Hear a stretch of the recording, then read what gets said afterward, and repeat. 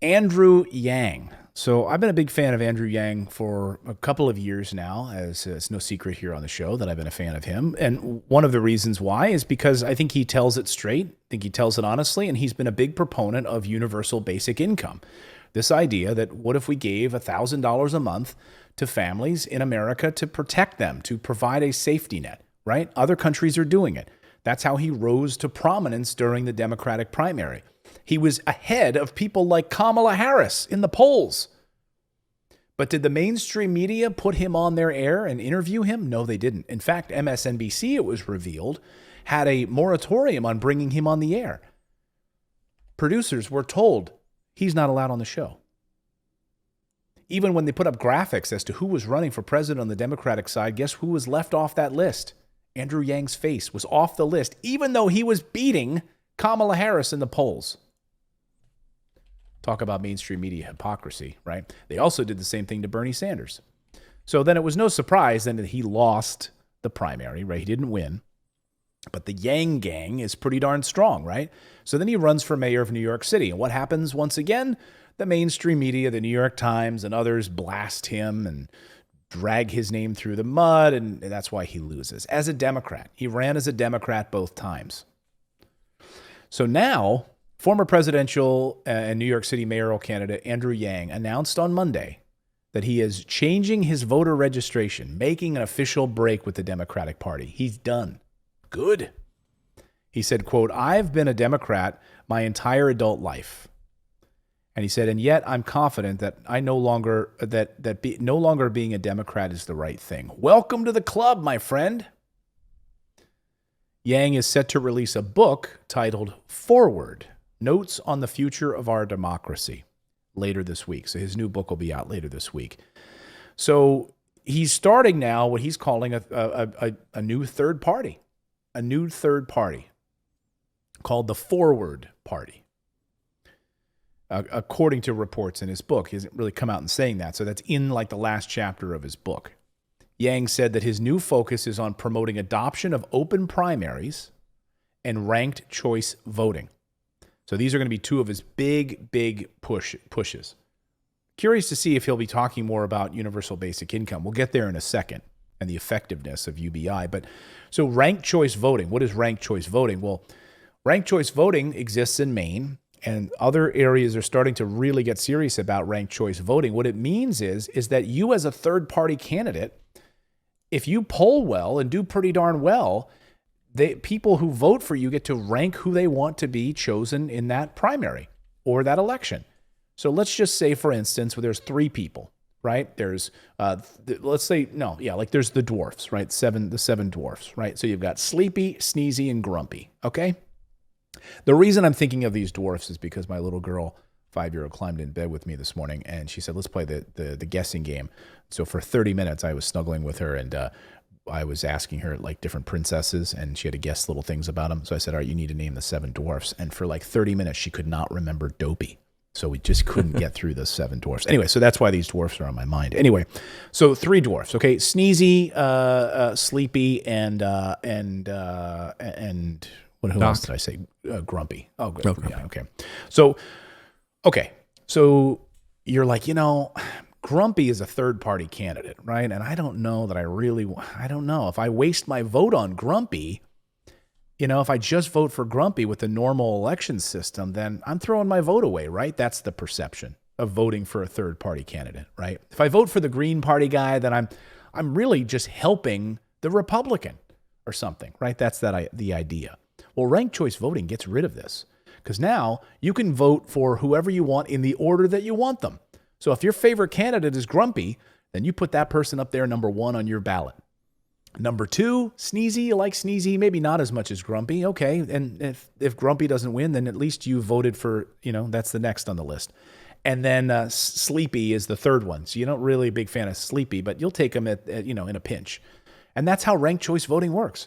That way, you're not throwing away your vote. If there's not a plurality of votes for Grumpy, like not enough people voted for Grumpy as a third-party candidate, okay, so then you get your second best. And that's how it works. And I like the idea of it, but the problem I see with it is the fact that they still control the debates. So the majority of people would never hear from those third party candidates, even know where they stand, because you're not going to see them in debates. You're not going to see them on the media. So, you'd have to fix that before implementing ranked choice, in my opinion. Otherwise, it's going to be the same old thing. Yeah, but the sad thing is I don't think you're going to be able to fix that. It's like a chicken or an egg thing. I think you have to start winning these elections so that these third party candidates can actually have a conversation, get to the table about these election commissions and these and these debate commissions. Like Democrats and Republicans, the RNC and the DNC get to set the stage and decide who gets on stage, and they get to keep out these third party voices.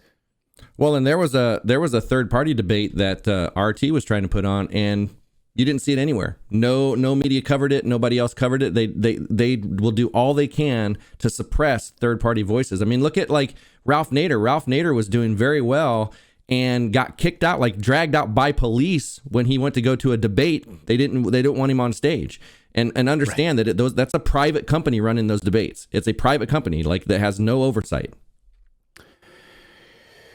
It's sad, but this is a way, I don't know if this is the answer, and we'll see. I'm going to try to have Andrew Yang here on the show. I'd love to talk with him about this.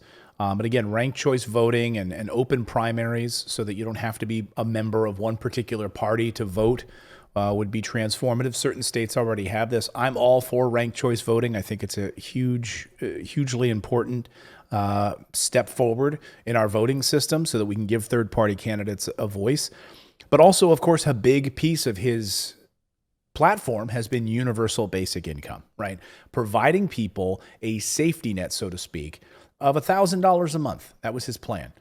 $1,000 a month that would help remove some of that anxiety for people. Like, I'll just ask you in the chat, how many of you would have your life transformed if you were able to receive $1,000 a month as a sort of no questions asked universal basic income to help you, maybe alleviate some anxiety and stress, that you could start a business, not have to work 3 jobs to put food on the table.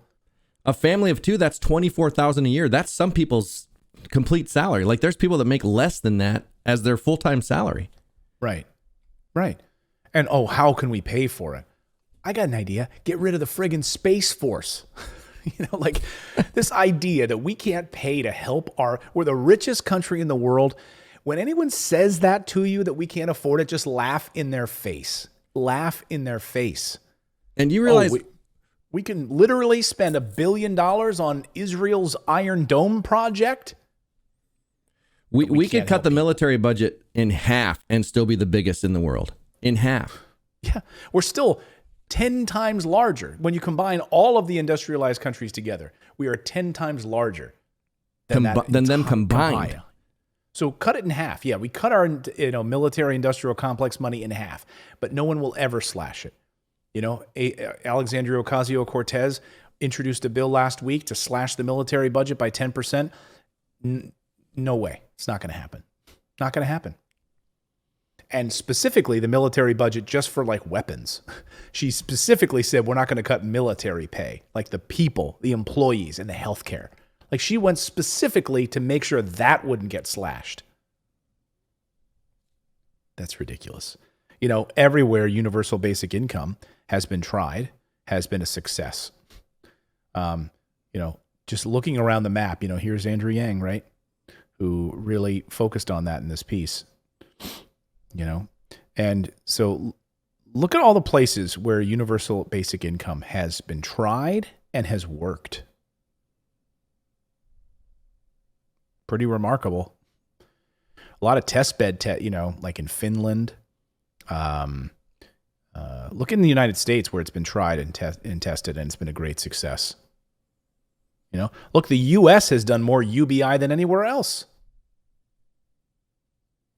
So I'd like to read Andrew Yang's book. His new book comes out this week. It's called Forward, Notes on the Future of Our Democracy. I'd like to have Andrew Yang here on the show and talk about his new third party, the Forward Party, to see where it goes. I don't know. We have the People's Party, we have the Green Party. It's amazing. I was looking last week or 2 weeks ago in Germany. right? Germany, of course, and Angela Merkel stepping down. She's done now. There was like a bunch of young new parties that had like popped up that had enormous support. And part of the government was going to be formed with these new young parties that just came out of nowhere. Could we have that in the United States? We also have the People's Party, just FYI. Oh, I said that. Yeah. Oh, you did? Oh. Yeah. I said the People's Party, the Green Party. What else do we have? Libertarian Party. But that's about it. And none of them really it's so hard for them to get on the ballots. It's so hard for them. They're up against this, Republican Democrat wall that keeps them out of it. What did Ross Perot run as? An independent. Independent. I think he was independent. I think he just ran as an I. I think. I'll look really quick. I don't think he was libertarian. I think he ran as an independent, if I'm not mistaken. Yeah. It says he was Republican. He might have been a Republican, but he ran as a third-party candidate. Oh, in 1992, Ross Perot ran unsuccessfully as an independent candidate. Yeah, that's what I thought. Yeah.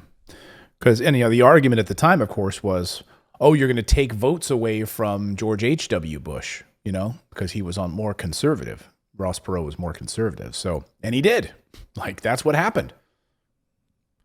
Bill Clinton didn't get a, huge, I think he only ended up getting 30-something% of the vote, Bill Clinton did. So it wasn't an overwhelming trouncing. And really, you could thank Ross Perot for basically allowing Bill Clinton to win. He really split the vote. Anyway. Well, and look at how they get blamed. Ross, and then you got Ralph Nader got, eviscerated for what he did, or for what they say he did. He didn't do it, but he's still blamed for that loss. And what's her name? Jill Stein is blamed for Hillary Clinton's loss. It's it's BS. Hillary still blames Jill Stein for losing the election. Really? No, it was not Jill Stein that lost the election. By the way, as most of the people who, in the polls afterwards, when the people who voted for Jill Stein in the Green Party, when they were asked, hey, would you have voted for Hillary if Jill Stein wasn't there? They were like, no, I would not have voted for Hillary. It's like they think that they just would have transferred their vote over to her is ridiculous. Yeah, they're looking you voted for her just because she's a woman, right? Another woman? No, right. They actually liked her. She's actually had a lot of good things about her. Right. But it's her fault. And Hillary to this day is there was, in Pennsylvania specifically, we had the Green Party that did this and did that. So so that really hurt us in Pennsylvania. No. What hurt you was you having no platform, no message, no authenticity. That's what really hurt you, Hillary. Anyway. And they still don't get it. They still don't get it. Thanks for subscribing to the channel. You can also become a channel member by going to morninginvest.com/join, where you can stick it to the mainstream media and support independent journalism. We're able to bring you the stories that you won't see on any of the major billionaire-backed networks. Thanks so much. We'll see you next time, everyone.